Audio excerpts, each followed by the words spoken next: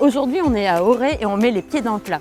Comment faire pour moins gaspiller au self des lycées? Le gaspillage, ça représente en moyenne 120 grammes par repas. Alors nous, on va aller voir comment les équipes des lycées en Bretagne font pour réduire leurs déchets. Bon bah voilà, tant pis. Bon, ce midi, il y a François Gabard qui vient déjeuner. Il arrive dans moins d'1 heure. Donc au boulot. Allez.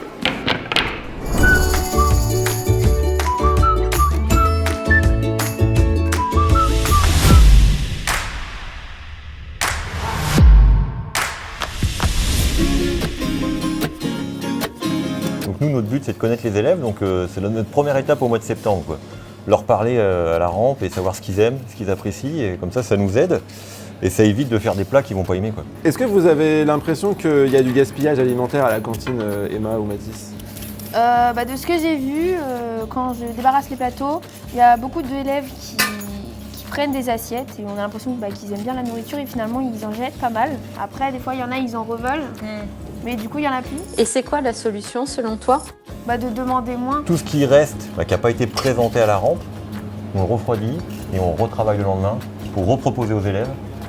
Voilà, bon, après tout en respectant les normes, bien sûr. C'est surtout sur les légumes où on peut les récupérer, puis le lendemain on fait une purée. Si on fait des saucisses, s'il nous en reste, on les refroidit, le lendemain on fait une rougaille. Donc comme ça, ils ont l'impression de ne pas manger la même chose. Alors que c'est les mêmes aliments. Mais vu qu'on a bientôt terminé, on va en faire quoi des épluchures? Voilà, du coup, au lycée, on a mis en place un compost. Donc on va tout monter là-haut. Nous sommes en direct du lycée Benjamin Franklin. Maud, une petite réaction? J'adore le panel.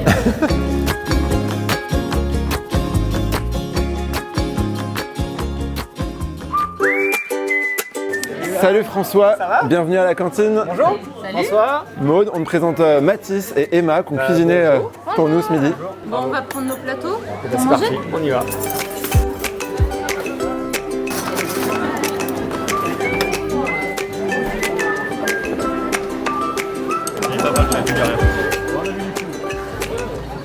Je voulais vous demander comment vous faites pour éviter le gaspillage sur votre bateau? Ton chef a travaillé sur un sous-marin avant, on en parlait à l'instant. Ouais. Mais du coup, sur un bateau, c'est pareil, on part, on sait à peu près ce qu'on va manger ou ce qu'on veut manger.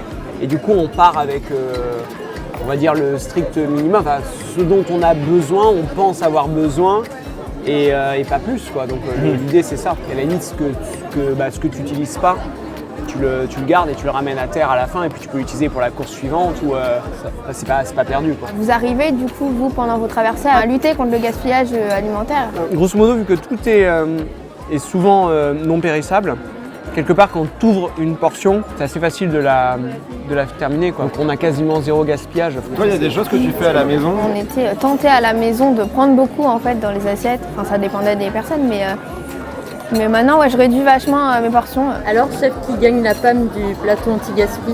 Bonne question. Voilà, je crois qu'on est pas mal. On est pas mal là. Je vais pas dire, mais Maud, elle a pas fini son morceau de pain quand même. Je suis sûr que tu l'as fait exprès. Ouais.